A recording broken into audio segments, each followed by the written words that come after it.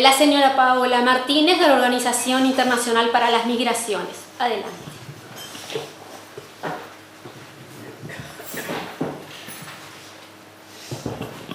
Bueno, me gustó estar acá, acompañada de tan excelentes compañeras de mesa, así que bienvenidos y bienvenidas a todos también a esta segunda parte de la jornada del día de hoy. Bueno, vamos a comenzar un poco con algo de contexto, porque sabemos que la decisión de emigrar de una persona está motivada por diferentes factores, bien sean políticos, de seguridad o socioeconómicos.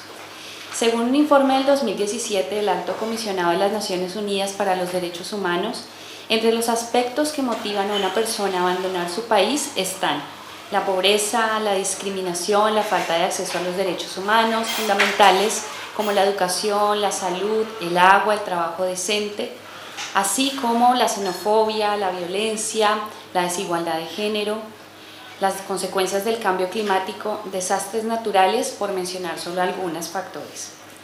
Dichos factores en ocasiones pueden estar relacionados con las vulnerabilidades producto de las condiciones y experiencias en los mismos procesos migratorios. Si quieres, por favor, pasamos a la siguiente.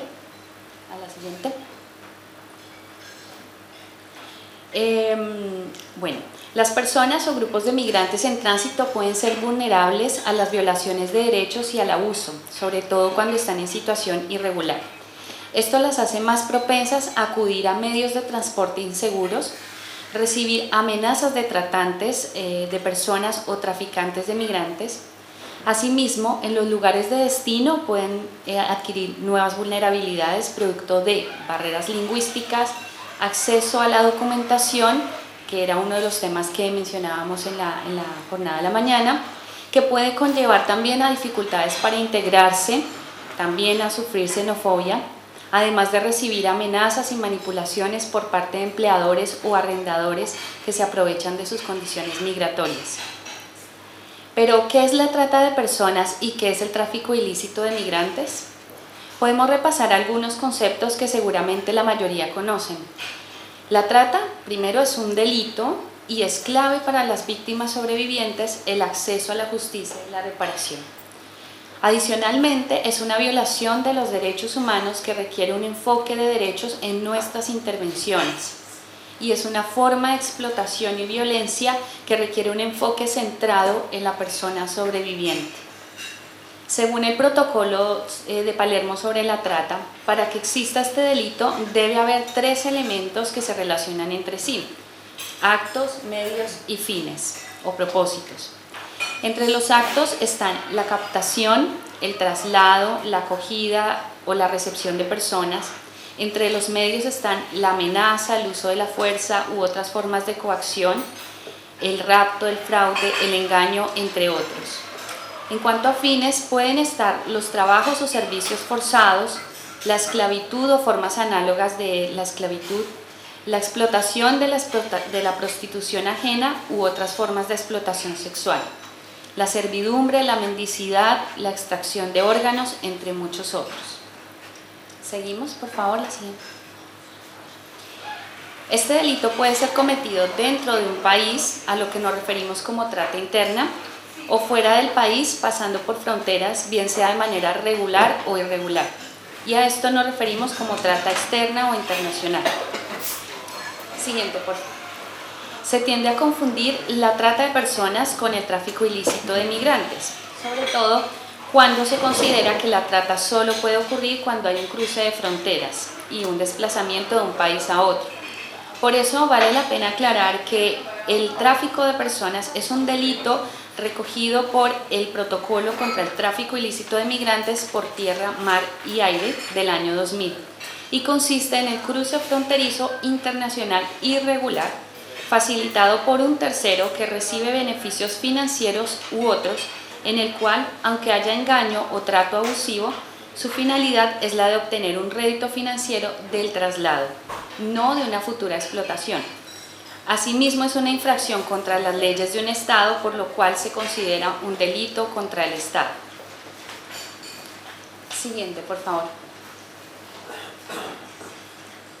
Si bien, como vemos, son delitos diferentes, hay interconexiones entre estos dos, como que una persona puede iniciar su viaje estando de acuerdo con ser traficada en otro país, pero después encontrarse en una situación de explotación y trata debido a la fuerza o el engaño. Otra situación de interconexión puede ser que los tratantes se presenten como coyotes, pero su fin último es la captación para la explotación. Otro ejemplo que puede ser que una persona haya sido traficada inicialmente, pero debido a las relaciones entre redes y en función de obtener un mayor beneficio económico, sea entregada a tratantes. Finalmente, otra conexión entre los dos delitos puede ser que los tratantes y los traficantes usen las mismas rutas y los mismos modus operandi y o realizar indistintamente ambos delitos.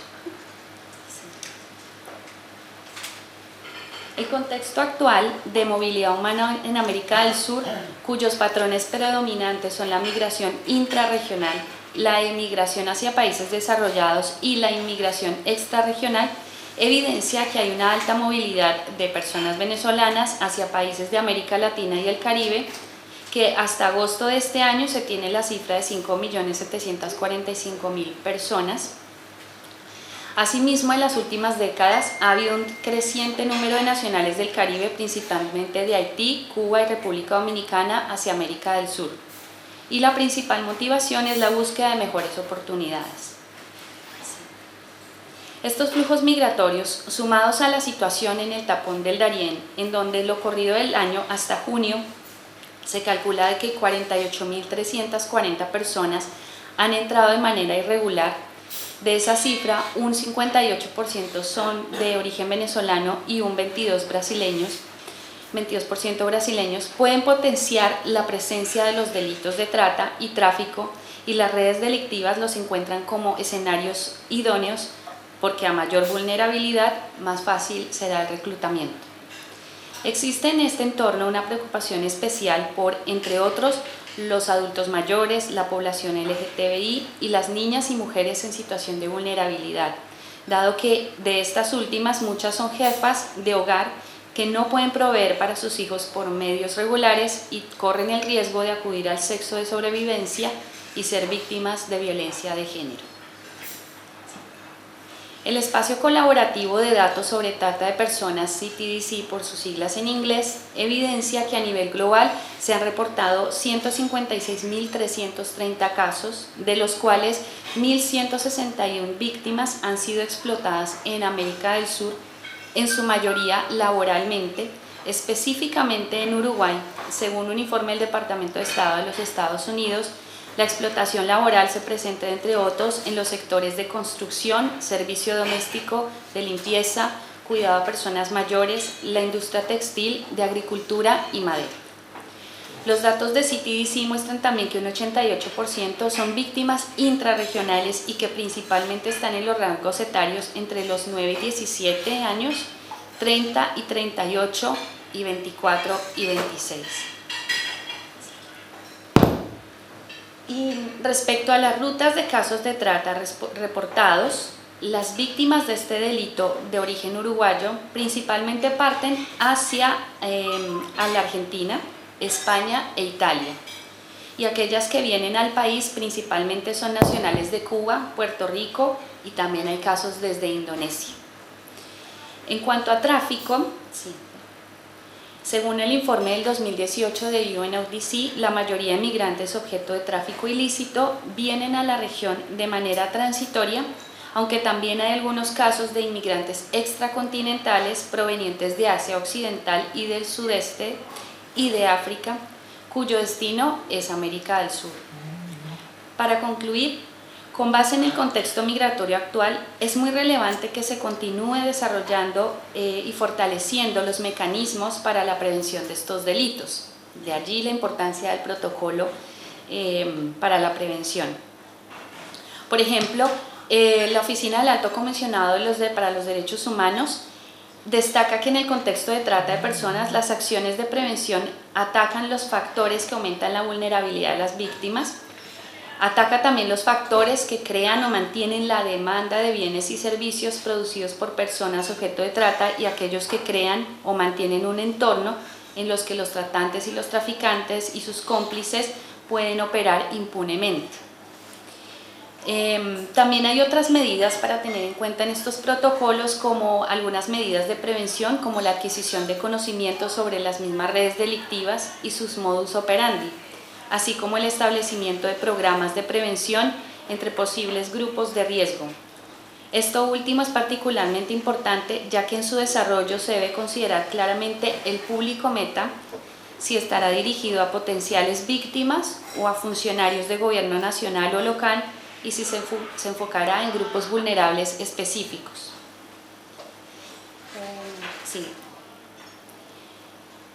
Finalmente, también es recomendable que en el desarrollo de protocolos y todas las acciones que se lleven a cabo con el fin de prevenir, proteger, asistir a las víctimas, detectar casos, se incrementen las acciones de difusión para informar sobre nuevos riesgos y formas de reclutamiento, como el uso creciente de las redes sociales, que como sabemos es la forma últimamente la forma más usada.